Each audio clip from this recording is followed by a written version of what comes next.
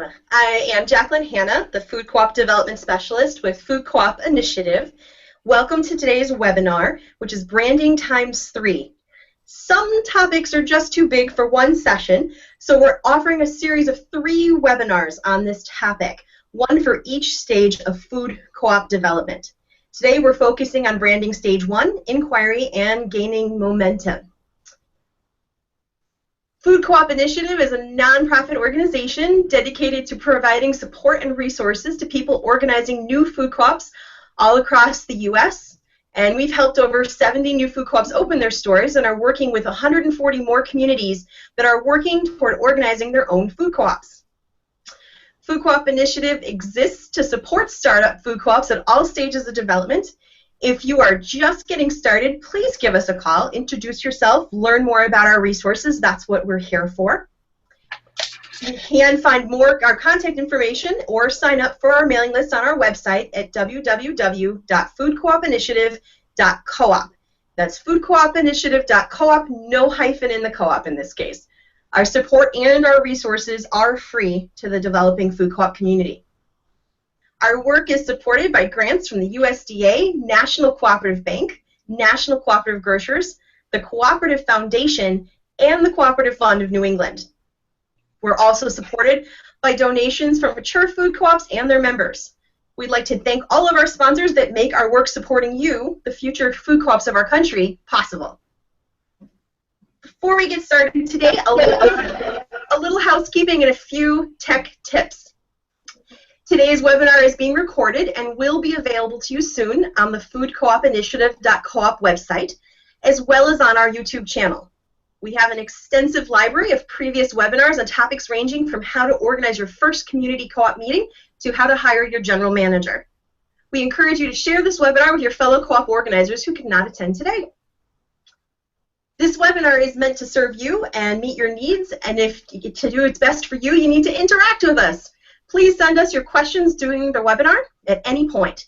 You can post them at the YouTube page if you are logged in. You'll see a little comment box down the side. You can also send your questions by email to info@fci.coop, info@fci.coop, no hyphen, at any time during this webinar. Mary Stens-Wilborn, our Outreach and Operations Coordinator at the Food Co-op Initiative, will be collecting your questions, and then she'll share them with me throughout the webinar. We will do our best to get to all of your questions, and most will be answered during the Q&A time at the end of the webinar.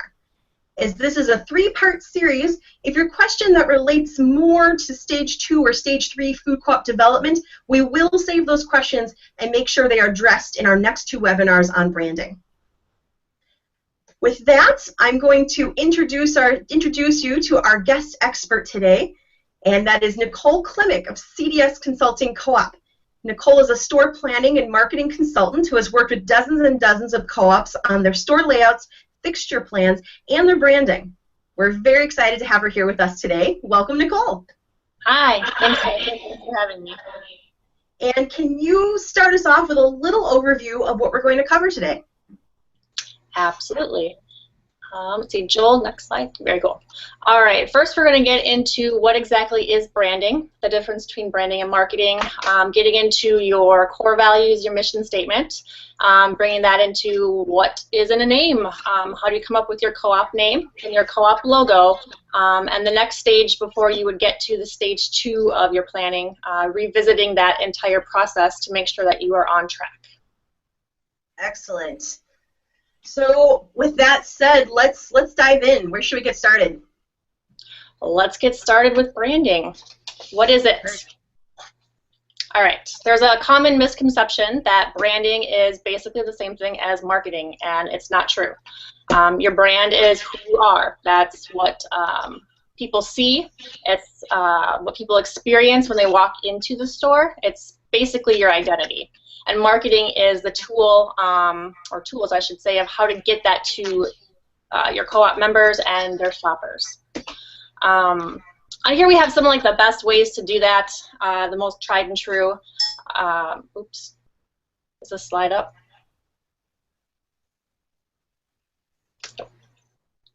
There it is. Oh, sorry. There you go. Oh, Thank you. Okay. Sorry. Loyalty, design, consistency, and strategy. So you basically want to make sure that you are able to be connected to your shoppers and your owners, your potential owners. Make sure that you are doing the best possible work that you can do for them, however that's serving them at this point and moving forward. Making sure that the design of your brand is, represents who you are. It's not just a fruit or a vegetable, or it's not just a word. It's people know you by what they see and what they feel. Making sure that you are consistent in your branding. If you use one font somewhere, you need to use it somewhere else, that kind of stuff. And understanding your customers, that's the research part of it. You need to strategize how to get each demographic that you have. If it's an older community or a younger community or a mix, you need to understand those people, and you need to know how to get to them on their level. All right. So what makes up a brand? Oh, gosh, so many different things. It's basically the visuals. And the visuals that you see and that you experience create the feeling and the ambiance of that brand, of that store, that co-op. So you're going to get into the value, which goes around into the co-op benefits. That may be membership, ownership, access to local products, all of that kind of stuff. Your first impressions, that would be the highly visual things like your logo, your fonts, going into the bathroom and it's painted the color palette that matches with the brand, and that kind of stuff. Getting into a little bit of customer service, it's not just a member services desk or walking into and interacting with somebody. It's how you are appealing yourselves to your customers. You need to make sure that you're always friendly. You offer more help than you might think you need to give. You walk people to the aisles when you have a store, but right now you don't have a store. So it's going to be getting out into the community and offering people things like resources, where they can talk to local farmers, or all that kind of stuff that is really serving your communities before you get the actual physical store. And then getting into price a little bit.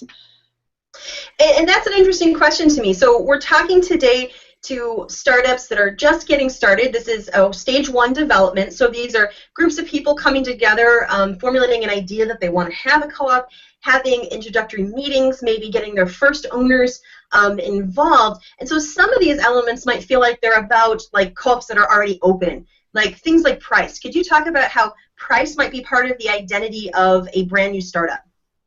Yeah, you know what? It may not be for some startups. It may not be even for some more established ones. But for startups that might be in an area with lower income, or they're serving a non-traditional co-op demographics, like there's a startup in Greenboro that are serving an African-American, middle-class, lower-income neighborhood.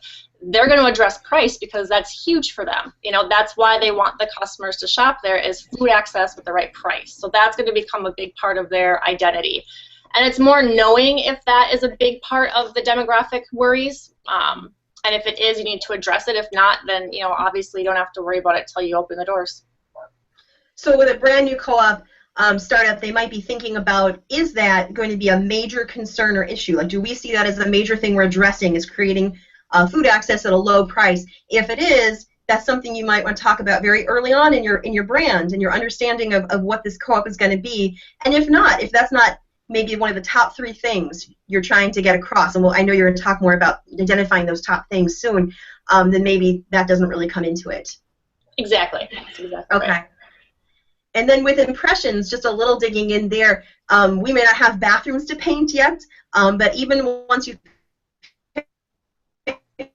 colors, one of your colors, that kind of thing, does that play into that? Yeah, absolutely. Impressions can be visual. That can be things that they feel. It can be things that they hear from other people. So making sure that the impression that you as a co-op, as a business basically, are making in the community, you need to make sure that it is visually appealing. Maybe you're wearing your co-op colors at a farmer's market or something like that, or your banners have all of the same font, all of the same colors. Just basically living your co-op and representing it, and then that makes the good impression on the community, and they're able to relay that to everybody else that they know. Great.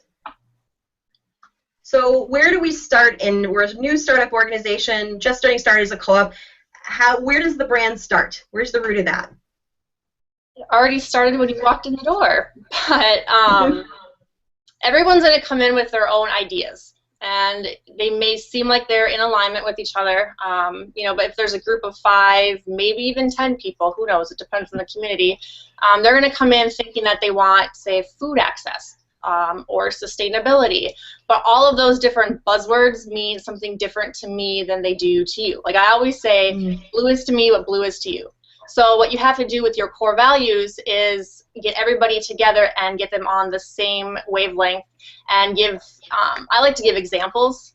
So making sure that your core values are more actions, and then making statements basically of how you can put those actions through. So how you can implement them. And oftentimes that doesn't really become apparent until you start working on your mission statement. So I always tell people to just document them in the beginning. Everybody get out pen and paper. Don't go over it. Don't dive too deep into it. Just write down what you think the co-op core values are. Keep them handy, and then go into the mission statement process. And by the end of that, you're going to have a very set, defined core values that you all are in alignment on. So this is an active process. You'd actually recommend that no matter how early on you are in developing your co-op, or how late if you haven't done this yet, that the core organizers sit down and write down what they think is the core values of their co-op, and that's going to be the first step. Absolutely. You need a starting point. You need that baseline that you have to measure off of. And if you can't do that with your core values, then you don't know who you are yet. And if you're not all in alignment and you're not able to convey that to everybody else, then you know your brand starts to fade away. So it's incredibly important, even though most people might not think that. It's definitely the very first place to start. Excellent. So we have our core values on paper. Now what? Well, now we move into the mission statement. Awesome. Your mission statement is basically why you exist. It's your core purpose. You may not think that it's incredibly important, or it may seem really corporate, or the ones that you see are incredibly boring and just kind of look like lists or bullet points. That's not how they're supposed to be. They're supposed to just, you know, bring forth who you are. It's supposed to be the soul of your brand. It's supposed to be your identity and provide direction for the entire organization from the time you have your mission statement, all of the revisions that you're going to be doing, all the way to the end, so that you know your third general manager down the road in 20 years or whatever has that same value and that same core that you do. So up here I put on, I actually really like Nike's mission statement, and this is it: to bring inspiration and innovation to every athlete in the world. That's not one that you would typically hear. It's not one that I've ever heard a co-op have. It's short, but that is something that everybody can repeat, everybody can relate to, and you can put it up on the wall and it's still inspiring. Mm-hmm. That's where you have to start. All right, so it's something that everybody can rally around that embodies those core values. And so how would a group go? They wrote down their core values and they're going to try and create this mission statement. I see here a mention of a tool you've built that will help them do that. Absolutely, yeah. I have in the FCI Events Toolbox the process that you can go to and good ways to start with a mission statement and ways to evaluate whether or not it's appropriate or it's effective. Excellent. And so we're going to have all of those, all the handouts you'll see mentioned. You'll see that little symbol in the lower corner with the little file folder open. Those are going to be, if you download these slides afterward, the links will be live in that to these documents, or you can go to www.fci.coop/events and you will find them there. Awesome. All right, next slide, please. Okay, so there are questions that I typically give people to ask themselves, and this is just your little group. It's not any of your members at this point. It's maybe, like I said, 5 to 10 of you. You're all sitting around in your room, you have your core values written down, and now you're starting to ask yourself the questions like, why are we here? You know, let's get like a philosophical here for a little bit. Why are we doing this? Why do we need to have a co-op? What about the co-op is good? Why are we in the industry? All of that kind of stuff, and how you want your shoppers, potential owners to see you. And then when you get all of those answers, how to compile it. That takes like a lot of creative thinking and some really good wordplay, but you need to be very exciting. You need to define and articulate yourself very, very well in a short amount of words. You need to make sure that it's colorful, that you use catchy words and phrases, and nothing that's just like, we would like a sustainable community environment, yada, yada, yada, things that everybody else has. You want people to read it, and you want them to be really excited, and you want them to be a part of it. So that is what you're going to do with your core values.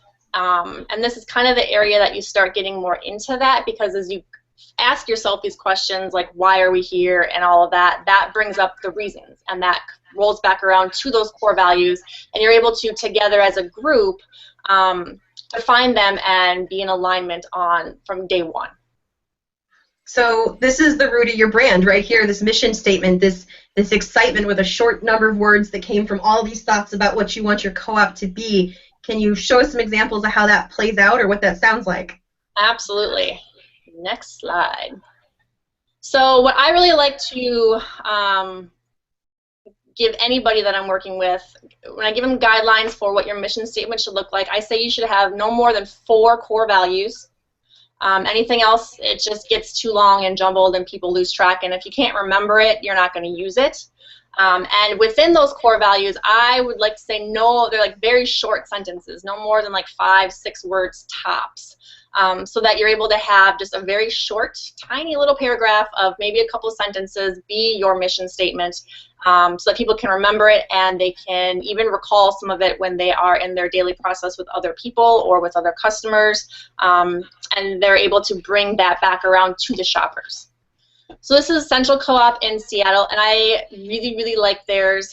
They actually followed, they have 3 instead of 4, which is really nice, but they are a member-owned natural foods cooperative in the heart of Seattle. And just that first part of it, to me, I really like that they spelled out cooperative instead of using the word co-op, because that makes people do a little bit more research and figure out what it is, and I like the full word.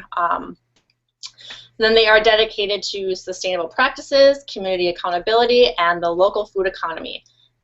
I can just imagine what their core values are, and a lot of them are probably what most co-ops have, and they did a really, really nice job summarizing that into 3 short little sentences. And very colorful. Cooperative in the heart of Seattle. I love that. You can just feel the warmth from it. Yeah, it resonates a little bit, yep. Yeah. So then the next slide that we have is a store that I worked with, and they are now actually open. Can we get the Portland slide, please?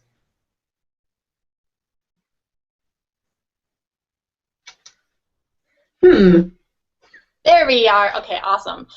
Portland Food Co-op in Portland, Maine. They're a smaller store, really, really energetic, but they took their branding very seriously, and they are incredibly successful. Been open now for maybe about I'm very bad with time, but under a year. So the Portland Food Co-op brings local producers and consumers together in a member-owned marketplace to grow a healthier community and a more sustainable food system. So that's not a value. That is just like their, you could, I guess, call it a vision. That's just their opening statement of what their core values and their mission is.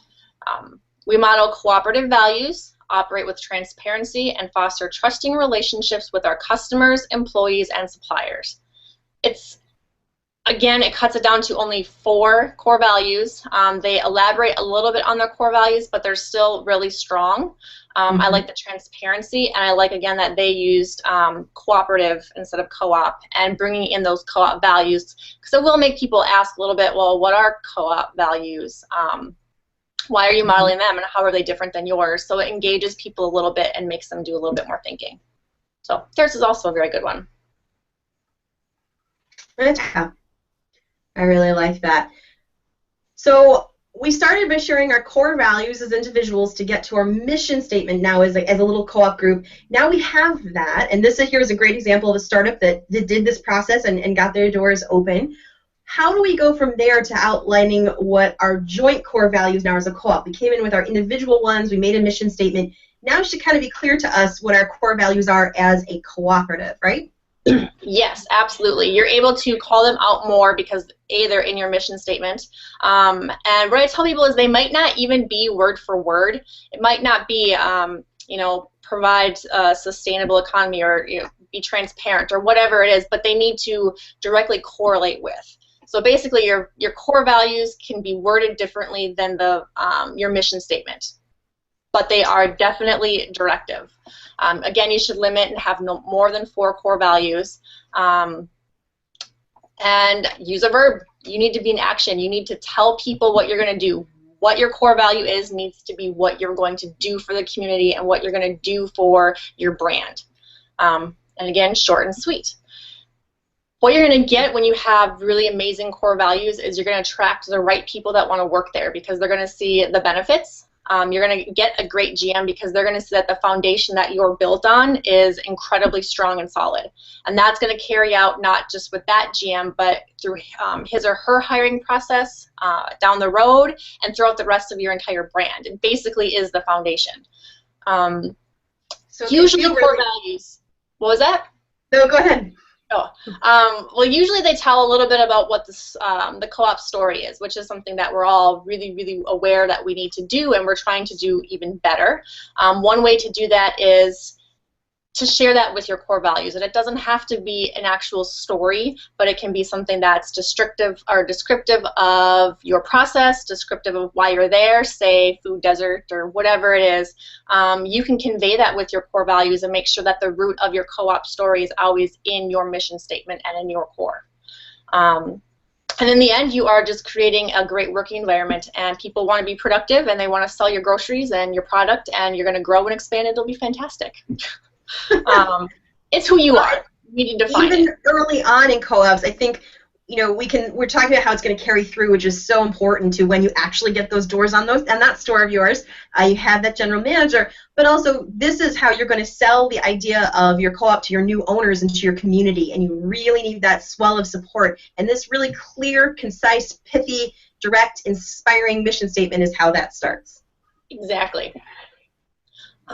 This is the Macomb Food Co-op, and I was really impressed. They're a tiny little co-op, but they have a very strong belief system, and they have a very strong, solid foundation, and these are their core values. Again, 4 of them, which it's awesome that people actually are able to use that suggestion. They're short, and they are inspiring. So healthy food, transparency of operations, which is a key one, it's kind of difficult to go through and jazz that up a little bit. You can try, but it is definitely huge for most co-ops. Participative community engagement and education, and a sustainable and positive local experiment. So you can kind of translate that into your mission statement in a lot of different ways because their core values are such big actions that they can break down into smaller tools to implement them. So we also have what their final mission statement was. Let me bring that up. Our vision is to create a participative community by directing, connecting producers and consumers for the mutual benefit of a healthy environment and sustainable agricultural development. That seems really long, but it doesn't say their co-op name. It doesn't even address the fact that they're a co-op right away. So it draws people in just because they're not exactly sure what they're getting into. And then they go on to say that our store location will initially offer a variety of sustainably grown foods, fair trade products, and healthcare items. So they're going back and they're not even once going into what their core value word for word are. They're going into how they're going to turn those core values into actions. Even like healthcare items, that might be something that's big in their community and maybe that they're lacking, and they're saying that I will provide that for you. So I really am impressed with theirs. Excellent. Well, okay, so now we've done all this basic idea of what branding is comprised of. We talked about core elements of a powerful mission statement. We articulated core values. Now can we do the fun stuff? You know, can we talk about naming our co-op and the logo of our co-op? Yeah, we can. That's the best part. The visuals are what everybody comes to, and when you start with visuals, you have to first figure out who you're going to be. It's really difficult for startups to come up with a name that's going to embody them in the future and now, because the co-op that you are starting with, even if you have the same core values and mission statement, is not going to be the co-op that you open with. That's just the progression and evolution of the process. It can take 8 years sometimes, and if anybody stays the same in 8 years, then there's a problem. So I usually suggest that they use something like their city or their region or their community, or maybe if it's an urban area, their their neighborhood name. The examples that I have here, most people use their city name. So like Columbus, Indiana, Durham, North Carolina, Portland, Maine, and it's easy to identify with, and it's easy to draw the fact that people know there's a food co-op coming, even if it's not there, but they know what it is. They don't have to think about it, and it doesn't sound like just some trendy clothing store or boutique down the road. Well, it really puts the focus on the learning what food co-op means, because there's a lot, as a startup, you're going to have a lot of work to do to educate people as to what is a food co-op and why we want it. And when it says Columbus Food Co-op, well, if you're from Columbus, you know what the Columbus word means right away. We're done, okay? You're going to serve Columbus. So the focus is really brought into the conversation you need to be having with your community, which is what is a food co-op and why do we want it? Absolutely. Even when I travel, and when I go to other cities, or if I'm out of town for work, and maybe it is a startup, I actually to find food for myself, type in food co-op. And every time I'm in a city that a startup food co-op is in, they're always on the first to come, always, because they use that food co-op piece, and it's not a search engine that is hard for people to understand. They get it. So I really like that, and I also really liked Durham's. There are many, many co-ops in that area, like Weaver Street, and they still stuck with their name, and I really enjoyed that a lot, and it's been very successful, and it's been a big part of who their brand is. Now, we got a really good question from someone who's joining us today. They said, we're starting a brand new co-op. We've just pulled our board together, and we're trying to decide whether to use co-op or cooperative in our name. What's going to confuse people less? How do you approach that question? You know what? It really depends on the education level of your community. If there are a lot of food co-ops around, like I'm from the Twin Cities, there's a co-op in every corner. I grew up knowing what co-ops are.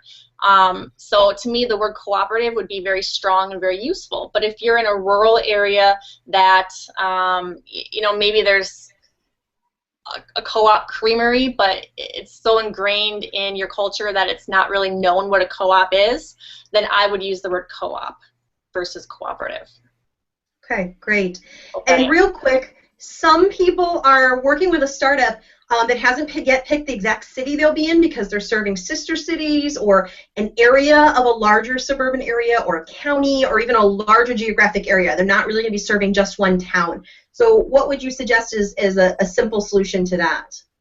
I would say do like Hub City. They're in Spartanburg, South Carolina, the first co-op in South Carolina, actually. And their name comes from the fact that they were the hub city for the railroad. It's been around for over 100 years. Everybody in that area knows it. They're not just serving Spartanburg. They're serving, half of the state, I'm sure. So they used something that was regional, that is identifying, and people will still know what it is, 100 years ago to now. So when you look up Hub City, Spartanburg comes up. You could do something like that. Say if you're in a different region, you could be like the Valley region, or if your region has one particular crop or something they're really known for, like if you're in Napa Valley or something like that, then you can draw in things that you're known for and bring that into your name. Excellent. And one quick point, I know a lot of you who are listening today and joining us are a really early development point, and sometimes this confusion about co-op with the hyphen and cooperative also goes to just how to write the word co-op. Their hyphen in the middle is absolutely necessary. Every once in a while we'll see it spelled C-O-O-P with no hyphen, just coop. That will truly confuse folks, so please go ahead and use that hyphen. Yes, absolutely. All right, well, let's look at some examples. Talk about how you develop logo. All right, so a little hierarchy here of that first logo. You're going to have to do a lot of research. You have to know who your people are, where demographics lie, and how to reach them. So you're going to have two different people that are going to be experiencing, or two different sets of people that are experiencing your logo. Your shoppers, your members, potential members, and your employees. So stemming from there, you need to figure out who they are. Are they, I have all the examples there, but are they lower income? Are they ethnically diverse? Are they in an urban area? What makes these people tick? Both the shoppers and the employees. I always stress employees because those are the people that you're going to draw from, are the people that are going to be your shoppers. They also want to work there, so you need to be awesome for them as well. You also need to look into your competition. And competition is hard to talk about almost for everybody, but that local guy down the street, he's your competitor. Target's your competitor, Whole Foods, Trader Joe's, Sprouts, all of that. You need to understand who their target market is, who they're trying to reach. Are they Whole Foods, who is trying to now go into lower income areas and be their food source? Are you Fresh and Natural, or Fresh Market, I should say, where it's more of like a specialty gourmet, not really an organic food store, but people are going to still shop there? You need to know who they are, and you need to know how they get to their people. Application. When you first start with that logo, you're probably just going to be doing it on some merchandise, your webpage, Facebook, social media, and that kind of stuff, and print flyers and brochures. So you need to pay attention to how it's going to look on there, how it's going to translate, and how people are going to see it. Then you get the really fun part, Jacqueline. You get to start drawing and draft some ideas. Anybody can do it. You don't have to be a professional to start drawing out ideas, because you can probably draw as good a carrot as I can. But you do need to figure out, why something's important. Get some images of other co-op logos that you like, other corporate logos you like, other things that give you that feeling. When you see it, you feel something strong. Get those feeling words even. Write down descriptive words for your logo, how you want your customers and your employees to see you, and what would that make you have to look like. Absolutely. All right. Next one. All right, so font, typeface, however you want to say it, you need to find one that matches your co-op identity. There are free ones that you can typically use just off of Word or whatever document source you have. You can buy some off the internet. Most graphic designers or branders have a whole plethora of resources that we have that we will give people when we create brand guides and we create their identity. We'll give them the fonts, but you need to find one. If you are a rural, rustic area, you might have a more scratchy looking texturized font. If you're in an upscale urban development, you might have something that's more, sans serif or something like that. But you need to find one that is easy to identify, and you need to have maybe one, maybe two complementary ones, which can be from the same family, or they can be a complementary from a different family. Simple visuals. And these should be easy to change. And you'll notice under each of these captions I have what remains, remains, replaced, replaced, to go into our next section, but just to draw attention to that.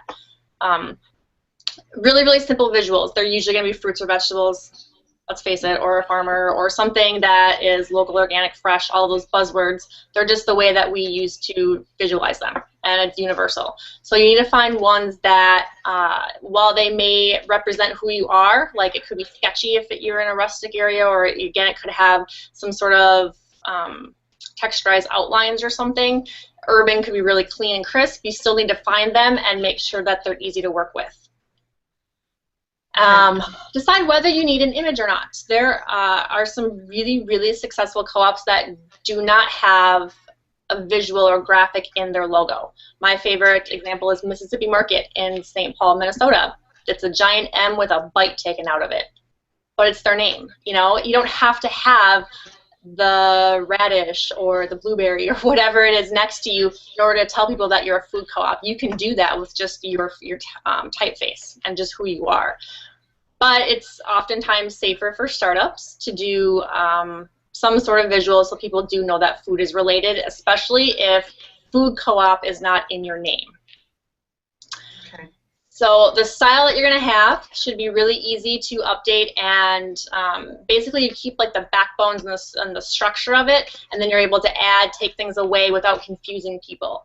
So one thing you don't want to do is go from that sketchy rustic type thing to flip it around and say, well, now we're going to be like this urban chic area, because people aren't going to understand who you are then. You need to make sure that throughout this entire process, your identity remains the same.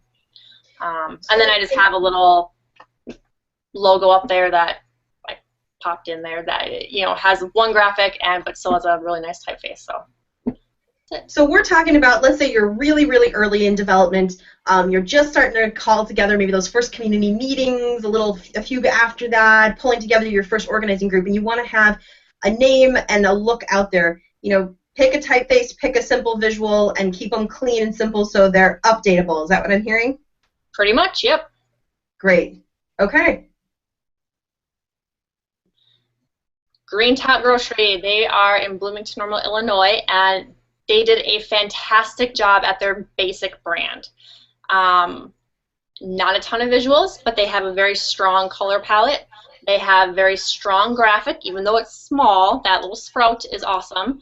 They have very, very, very basic guidelines to follow, and they are crisp, they're clean, they're easy to understand, and they're easy to change. If they really want to, they can add almost anything to this logo palette. The colors, they're complementary to almost every other color on the wheel. So I really applauded them and think that they did it right.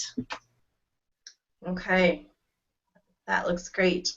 And then I think the big question, though, on a lot of startups' minds is going to be, so this is beautiful, Green Top Grocery, it's gorgeous. Let's admit that their board president happens to be a professional graphic designer. So it is awesome. A lot of startups, they struggle with finding the right person to get the logo done for them in a way that's really effective because, of course, money is an issue. So I know you said this is a really key thing, so I'd love to hear your thoughts on this. It is. You know, I get a lot of calls and a lot of emails from people that local college kids doing a project and can they do their logo? Or so-and-so's brother's really good at drawing. You know, every now and then they can get a hit on a logo, but a logo is not who you are.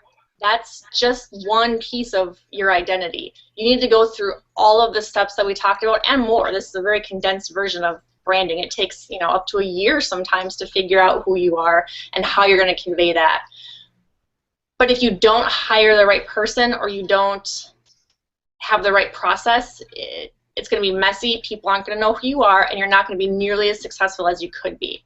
So I always say, don't ever hire someone that falls into the I've never really done this before, but I'm going to take a stab at it category kind of thing.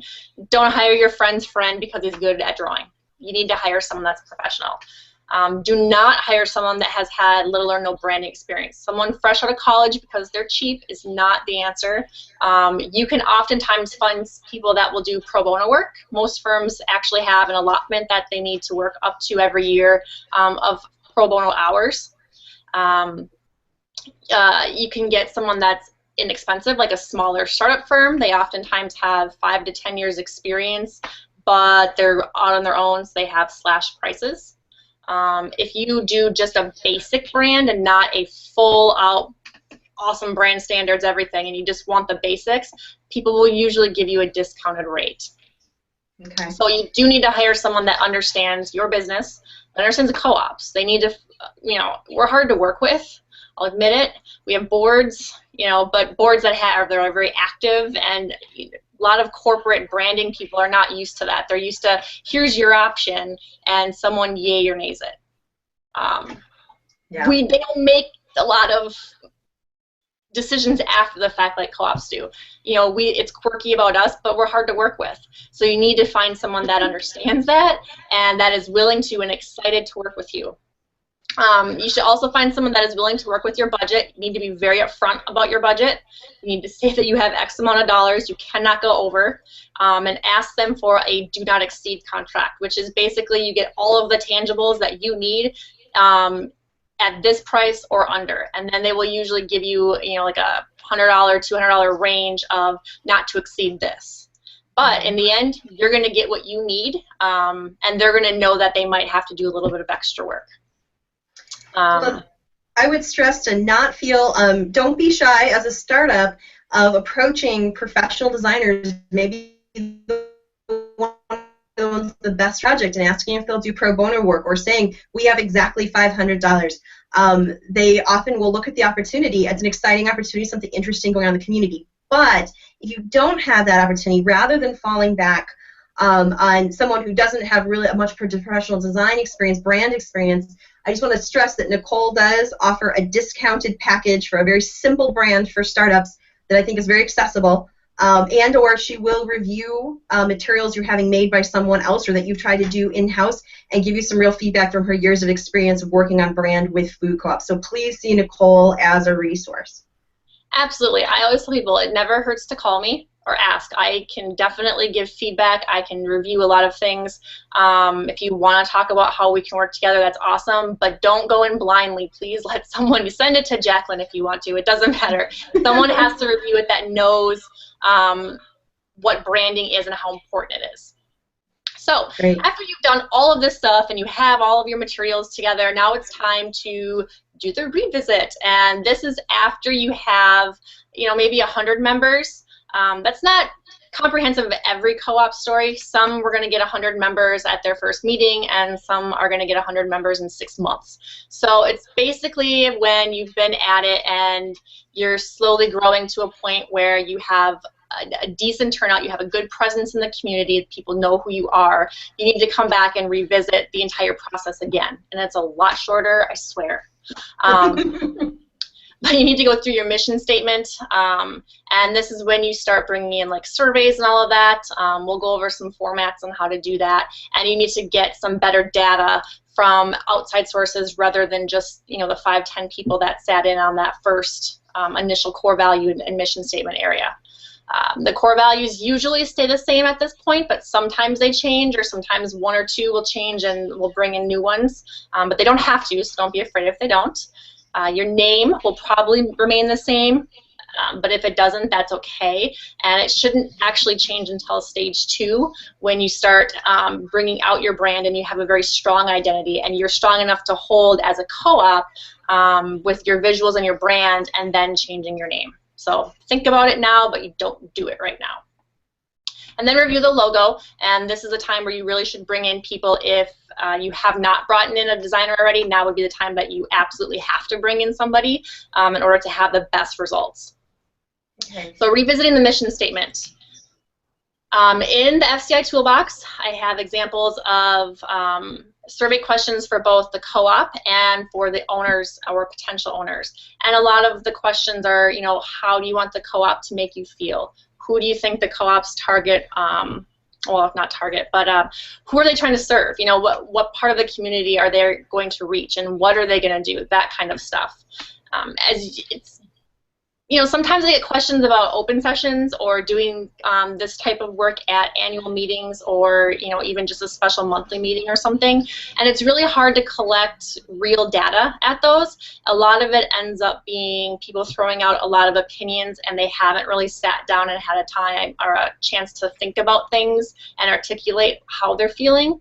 So if you are able to give them a survey, then they're able to think about it, and you're able to do a little bit more controlled data gathering because you have X amount of questions and they don't stray a lot. And if they do, they're handwritten, and you don't have to really take those into account. So definitely better than an open session. Once you get those results, can we go back to the other one? Sweet, thanks. Once you get those results, you need to evaluate what you have as your core values and your mission statement now, and what you have articulated from your shoppers and, well, your members, and make sure that they're on the same page, make sure that they're in alignment.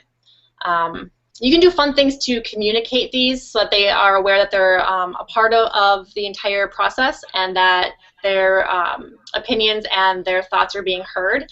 Some people will have like the mission party, they'll send links, they'll send really cool emails or that kind of stuff to people to make sure that they're engaged and following the process as it goes along. And of course you have to implement it, and you need to tell people how you're going to implement it. What are you going to do to make sure that everyone knows what your mission statement is, why it is, and why it's there. Now we can go to the next one. So core values, like I said, they usually don't change much. So the questions that you want to really ask yourself are more like, are they still relevant? Do any of the owners object to them? And you'll get that from any of the surveys that you would do, or even just talking to people, you'll know if they object to sustainability. They probably won't, but you know, it's really good to go through the whole process again and making sure that you are confident that your values are aligned. And then you have to make sure that your core values are aligned with the new mission statement and make sure that everything reads really, really well. So one of those things, like you might hear, I know a startup said that they had a certain vision and it was really about making a market for local farms, which is awesome, and then they did a survey, and what they heard is that there were multiple owners who were concerned that environmental sustainability wasn't mentioned. And so that would be kind of an aha moment. That might show up in your survey and go, oh, okay, you know, that now we're hearing that from our owners now. We made the first core values and mission when it was just a little group of us trying to get this thing together, and now we're hearing from the broader owner base, and they're bringing in a few new ideas, and that might happen in your survey. Absolutely. And it might not be something that you've even thought about. You know, a lot of the times it's not. All right, next slide. The name. I have all different kinds of names on here from startups of all different stages, I guess you could say. Dill Pickle, awesome. You know, they have a really good graphic, really strong, hip area. Honest Weight, they go by the honest weight of the old pioneers. And so they have a really cool history to their name, and if people start digging into it, and it's way too long to go into over a webinar, but look it up. You know what? It's really cool, and you'll figure out why they are named Honest Weight. Wheatsfield is in Ames, Iowa, and you know the crops are huge for them. So that's one co-op when they were starting that they didn't have a specific site in a city, so they did use Wheatsfield because of the cornfields and the wheat fields in Iowa. Common Ground, of course, and Eastside Food Co-op is in northeast Minneapolis. And that's why they are called Eastside, which they are rebranding right now, so it won't look like that much longer, but it's still a really good example of like regional names. And I will mention, though, when you come up with a name, like my home co-op is Common Ground Food Co-op. We serve sister cities, and so again, couldn't pick just a city name. But if you read that, Common Ground Food Cooperative, that is a long name, and it has been difficult for us to use and to brand effectively as we've moved forward. So just keep that in mind when you get creative. Keep it short and sweet if you can. Absolutely. All right, so little timeline here of what you should have by the end of stage 1. I put it in members in terms of branding, but it can also be translated into time. It's just basically what you have to do from your first mission statement all the way to your second logo, and that's all going to bring you back up to stage 2. So by the end of it, you really need to know who you are. It needs to be kind of set. You need to have some sort of visuals and font. You need to have some sort of logo, whether it's a graphic logo or a name, and it needs to have been reviewed at least once and gone through and make sure that your members know what it is, that they're in alignment with it, and then you're ready to move on to the second stage. Excellent. And so we're going to take this opportunity now to move into some questions from the audience. I already have one or two here, and wrap this up a little bit, and we are going to stay here and answer your questions for pretty much as long as you'd like. Again, if you are logged in to YouTube, there is a comment section. You can just send your questions in there, and Mary will be sending those to us. If you aren't logged in on YouTube, no problem. Just email us at info@fci.coop.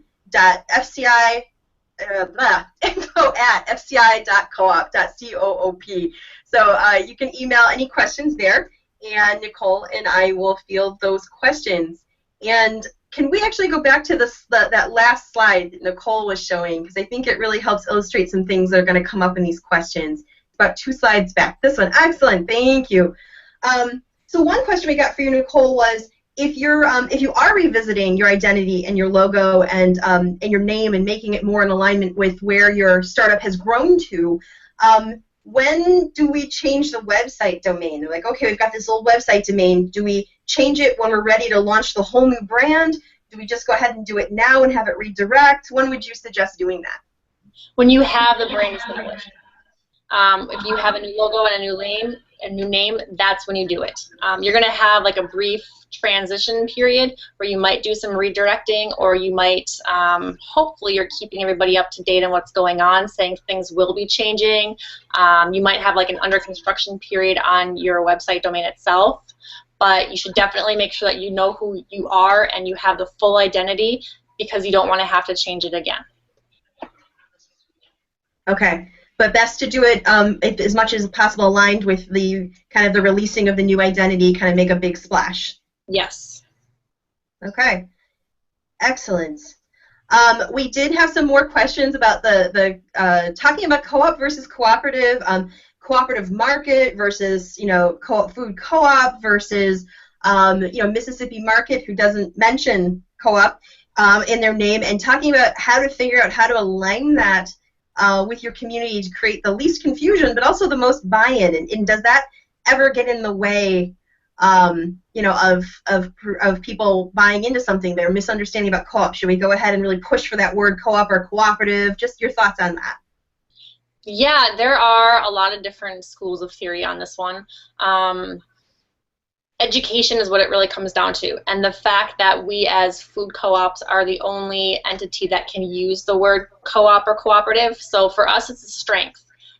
But it does come into a downfall when people don't understand what a co-op is, or they think we're a bunch of like hippies who smell like patchouli or something, So if you have a preconceived notion about what food co-ops are or what like our culture is like, then oftentimes people will use that community market or like Mississippi Market or community-owned grocery store, whatever that new wordage would be. That's really only used if it's something that's trendy, if there is another co-op in the area, or if there's an aversion to food co-ops itself. But I typically tend to use food co-op or food cooperative just because it is the one thing that we can set apart, and our education and our business model are what we're really trying to get across to people. And it's going to be more difficult to do that if you don't say up front that you're a co-op. But it's not unsuccessful. So it's really just really knowing your demographics and knowing how they're going to react to each one. And that's what this process will bring you to. And that can take some time. You don't have to know that right away, but you can be testing out people respond and react to different versions of the word and their understanding of it. And you know what? You can change it too. If you start off, say, well, we have to have a name, where we have to get out there, we have to start a member drive, or whatever it's going to be, you have to have some sort of name. You can start with market, and you can change it to co-op later. Make sure that one part of it is the same. So if it's, say, your Columbus Food Co-op, you could turn into Columbus Community-Owned Market, or something like that. But make sure that there's always one center backbone tying everything together. But don't be afraid to change if you do need to get a name chosen right now. And I'm another big supporter of the idea that eventually the term co-op, it really is going to be your strength. So I'm for the co-op, but there are co-ops that don't use it, and both Nicole and I would be happy to talk with you directly also about that. So another question is, and this is a little toward you and a little more maybe more toward me, when we're startups starting and they have very limited dollars, how do we decide between using those dollars for branding or using it to bring out a project or outreach manager to build ownership? And I'm going to field that one first. My first thought is that they're kind of locked up together. You're dead on that the most important thing to happen right now at your stage of development is to grow your ownership base, and finding the most effective way to possibly do that. Stage 1 organizing is a little early for maybe bringing on paid staff. This is maybe the time for the board and your core organizers to really learn how to message, learn how to share the cooperative message, get out there and with the community. But whatever is going to help you build your ownership base and grow your ownership base, of course, is what's most important. The thing is, without a strong brand, it's hard to do that. And a lot of people think, oh, that's the superfluous, that's the frivolous stuff. We'll just have a little hand-drawn logo. That's not what's important. What's important is our mission. That's true. What's important is your mission. But if your brand doesn't communicate that mission in a way that really says we're going to be a real business and feels welcoming to everyone, not that it doesn't express maybe this is a little thing happening over here with a little club of people who know each other, but that it's open, it's welcoming, it's serious, then it's not going to attract those owners. So you really are kind of in a little bit of a catch-22 with that. But I would say, again, look into your options for pro bono work with professional designers. If you already have something that's maybe, again, as Nicole was saying in the slides, go back and revisit them. Your first logo could just be 1 or 2 fonts that you swear to stick to, and a very simple clip art. And maybe that's good enough. And Nicole has offered that if anyone reaches out to her, she will review that for free and give you some feedback and input. So that can be a good place to start. But there is going to come a point where you're going to need that turned into a full brand that you can put on products, you can put in ads, you can put on signs, and that's going to come in stage 2 for sure. So it is a difficult catch-22, but they're lockstep together. You can't ignore brand. And you can't ignore building membership. They go together. And the questions keep disappearing on me after they're up for about 2 seconds. So I lost that last one. Mary, could you resend that one? There was something about website. Oh, I see something. You got it? Website or is Facebook enough? Oh, okay. It's a good question. Is Facebook a good place to start, or do they need a website right away? You do not need a website right away. Facebook is enough for right now. Social media is, especially in our industry, proven to be stronger than most websites. If you have a really great website designer, really awesome graphics, then sure, bring it up too. They do play a big role, but mainly what you're doing is just repeating each other. So you're putting on your website what you put on Facebook and all that kind of stuff. So I tend to go with, for startups at least, I'm going to go with the free version and the one that's going to reach more people. And if you can invest some time and dollars into someone that is maintaining that if you want to. Otherwise, make sure that you have a dedicated person who is like your Facebook staffer and is out there looking at other co-op Facebook pages and their websites, Whole Foods, competitors, all of that kind of stuff to make sure that you have the most relevant. Make sure that you look at the data that you're collecting from your Facebook, like how many, not even like how many people you're hitting necessarily, but responses, questions. You can put on there really engaging photos, processes, like when you start looking at sites or you have a new board member or there's an election or something coming up. Facebook is that really instant here and now way to do things, so you don't need to have a website to do that. Excellent, and I would reiterate that Facebook is an extremely effective tool, and actually a lot of people still think of Facebook as maybe something younger people do, but actually their demographic is trending more and more to basically your demographic, you know, basically adults with jobs. And so it's used by a lot of people. It's dynamic, it's fun, it gives people a chance to interact.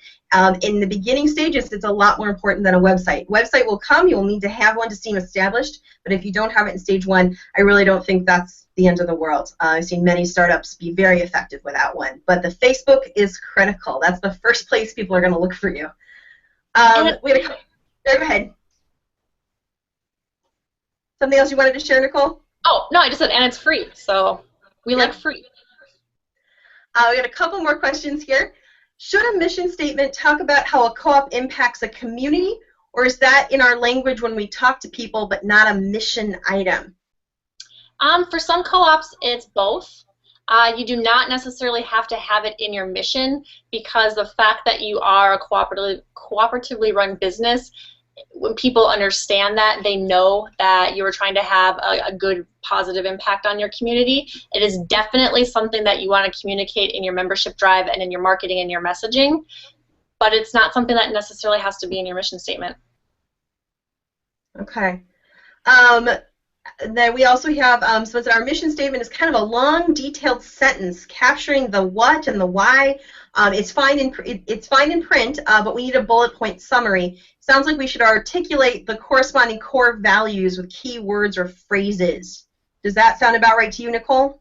Yeah, absolutely. And like I said, your core values do not need to read themselves and show up in your mission statement. It's basically action versus implementation. Your core value is what you want to do, what you want to see happen, and your mission statement is how you do that. So it doesn't have to be, I'm going to do this by doing this. A lot of it's implied. You know, overall health can be implied by a lot of different phrases. I'm more than happy to look at mission statements and core values as well and give feedback, or at least give some resources or some more articles and stuff that I have written. Just, you know, email me. Excellent. Okay, I'm going to take another one here. There have just been some more comments about, I just want to bring this back up, going back to website, the .coop, the .coop domain. If you haven't run across that yet, it is, you know how everything is .com. There actually is a co-op domain. You can purchase the co-op domain where it's .coop. That can be a little confusing because the hyphen is not in there, but we have found, at least I think, and I'd love to hear Nicole's thoughts, when you do go for a website, it's a very important part of branding if you're really going to talk about the cooperative difference, because it really stands out to people. That you have this, wait a minute, it's not .com, it's .coop? What does that mean? Like, does that really even exist? And it's kind of cool, and it really intrigues people, but it is a little confusing. I realize the hyphen isn't there. That's the one time I'm not going to stress put the hyphen in your co-op for the domain. It's not there. Any thoughts on using the domain, Nicole? I love it. I know that most startups are not going to pay for it, but I do think that at some point, probably stage 2, when you have a little bit more equity, it's something that you need to invest in because it is something that is a distinguishing factor. Okay. And our area that we're working on starting up a co-op in is actually really full of young people who are, are somewhat affluent. Should we use something other than Facebook? What are they using? Where are we going to capture their attention? And there's a lot of other ways of social media that are good for a lot of businesses, just not necessarily a grocery store. You might have like a Pinterest board or something, but probably not a really active one. Twitter's always, nice. Instagram's nice. All of Snapchat and all that kind of stuff. Facebook is still proven to be the most effective for our industry. But if anyone has ideas in that area, there's always a little nuances, and there's always communities that have something that's special or different about them. So if you have some students or you have some just younger people that want to do input or want to volunteer some hours, take a look at what they have, and if it's not effective, then you can get rid of it. Yeah, I would be careful about getting invested in too many platforms, because something that doesn't scream we're serious and we're really going to get something done is a platform that has been deserted. So starting a Pinterest and posting 3 things and then never posting on it again. So make sure you have someone who understands the platform if you're going to use it, and that you have a lot of faith they're going to stick with it. I have seen a few food co-ops start to use Instagram, which is one of the ones that's trending youngest. And if you want some examples, I would go look at Prairie Food Co-op's Instagram. I don't know if you know any other startups that are using Instagram, but they're doing it pretty consistently and well. Yeah, I think Kensington in Philly is using it, and they do pretty well. Oftentimes, too, it's you as a board member or startup owner doing it yourself. Like I have food co-op Pinterest boards like crazy on my Pinterest, and that I have followers that are not co-op people that I know of. So even just living it yourself, if it's not for the co-op, it can still benefit the co-op. Yeah, and I've seen people use the Pinterest board as you start to visit other co-ops. If you're in a region that you're lucky is rich with other co-ops, or actually after a while when you start getting organized and people are excited, your board members, when they go on vacation, will find other co-ops across the country and bring home photos. That's a great way to use your Pinterest, is actually put up photos and examples of other co-ops so owners can see what this might look like if they're not used to seeing food co-ops in their region. I use them on almost every project. My interior design projects, or even the marketing and branding projects that I do. Like, you need to go out there and find pictures of grocery stores or different feelings that you like, put on a Pinterest board so that I can go in there and kind of analyze overall trends, see what you like to visualize, all that kind of stuff. But it's not necessarily for the co-op itself, but it helps the cause. That's excellent. That's a really good point. I'm going to circle back and stress one thing, by the way. If you're going to get a co-op domain, .coop, they actually offer the first year for free, which is really helpful for startups. There is an annual fee after that, but the first year is free. So when you're ready to launch your website, again, take a look at that. We got one last question, and then we're going to wrap up. There was a question. Well, okay, there's 2 questions. One more question is about copyright issues to consider in branding. Can you talk a little bit about that? Yes, so I personally copyright all of my files and all of the work that I do, and then that includes store planning, any of the visuals that I send people, concepts, all of that stuff. Anything that leaves my creative mind is how I think it's worded in my copyright, belongs to me. As long as I put my copyright symbol on there, I am safe. And then when I hand over a brand guide or a store plan to a store, or even Common Ground, if I were to do an image or something, if you wanted to have that copyright, there's paperwork you can get, and it's free, and give it to that person and just like transfer the copyright title. You don't necessarily, and I say this lightly, but you don't have to have a copyright in order to use the copyright symbol. It does cost money to get a copyright. It's a good idea at a certain point. If you work with a professional, you'll get that copyright. Anyone, like myself, is going to have their own copyright that they will then turn over to you. But if you're doing something on your own, or you do end up hiring a college kid or whatever it is, you can still use the copyright symbol just to show that that creative thought is yours, and that does hold up. In most circumstances, it's not going to hold up in a court of law necessarily, but if someone does start using it, then if you have that symbol on there, it still signifies that it's part of your creative thought process. And if there are any more questions, I do have stuff on that too, and just give me an email and I can answer those. So one last story, I actually accidentally turned that into 2 questions. It was 1. So it seems like this startup specifically interested. They said, can we use a radish that looks like Common Grounds? We really like, they like that radish. This is a Common Ground food co-op. And the statement there would be is that we do a lot of borrowing in the cooperative movement. We call it P6, the 6th principle of cooperation among cooperatives. Certainly using a similar logo. I mean, there are a whole ton of restaurants and grocery stores out there that use a tomato as their logo. So, if it's the exact same one, then we're having an issue. But just the idea of using a tomato, certainly not. If you want to do something super similar to another co-op's logo, I would just contact them and ask them how they feel about it, or show them some drawings. Any thoughts, Nicole? Yeah, I mean, and Common Ground's a great one. They're one of the best branded stores out there, in my opinion. Always have been. But you can use something that is similar, like you could use a radish, or you could even use a different fruit or vegetable that's in the same style. A lot of what's appealing about Common Ground is the relationship between the font and the radish itself, and the color proportions. So some of it you may think is like the actual image that's really, really cool, but if you kind of break it down to what you're really attracted to, it might be something else. So kind of look at it and analyze it a little bit more and figure out what you're really drawn to. If it is like the radish, then yes, you can use a radish like that. I would use different colors. People do borrow things.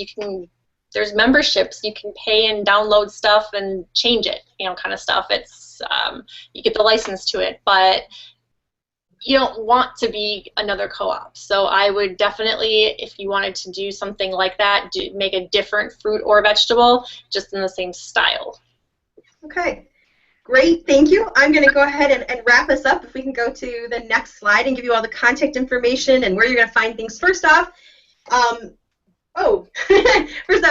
this is how you get in touch with Nicole. These slides are going to be available to download on our website. This is going to be up on YouTube, so if you don't get a chance to write this down this second, don't worry about it. You're going to be able to find her or reach out to us, and we'll help you find her. But this is Nicole's contact information. And again, I want to stress, and this is me, not Nicole, saying that it is an amazing thing that Nicole really loves working with startups, and she does offer a discounted rate to do a very initial brand with a startup that is really probably more in reach than you think. So please do reach out to her. And next slide. Nicole did create 4 terrific handouts to help you work through some of those processes she talked about. The branding process, just a kind of an overview, how to create a strong mission statement, and then the surveys that you'll actually do internally as an organizing group and to offer to owners. She's got an example survey that you can use. So those are all available at our website. And again, if you download these slides, these links will be click-throughable. And that was Branding Stage 1. Thank you so much for joining us. We have 2 more of these coming up with me and Nicole. We hope you enjoyed today and will want to join us again. Our next one is on August 4th, same time, same day, so Tuesday, August 4th at 1 p.m. And that's Central Time, and that's going to be organizing and building relationships. This is Stage 2. This is a really dynamic time. You have a brand. How are we going to use it now to really leverage ownership? What are the do's and don'ts? How do we brand our materials to raise awareness of our co-ops? How we find and choose the right person to keep us moving forward with our brand. This is when you get to start doing branded merchandise, all sorts of fun stuff. So we hope you'll join us. And then again, on August 18th, we're going to wrap up with the third stage of branding, which is implementation and opening the doors. And this is the part where, when you get to that phase, you very probably will work with Nicole or someone like Nicole on how do we take our brand now and express that in our store design on a very tight budget. Because most startups are working on a pretty tight budget when they open those doors. And what are some of the challenges we need to be aware of as we move into expressing our brand in a permanent space? So these are 2 more dynamic, exciting webinars we're going to have. We hope you'll www.foodcoopinitiative.coop. You can find these on our website, and I want to take this moment to thank Joel, who's been doing the tech for us today, Mary, who's been sending us all of your questions, and of course, especially thank Nicole Klimek for joining us and sharing all her expertise with us today. Thanks so much, everybody. Thanks, Jacqueline.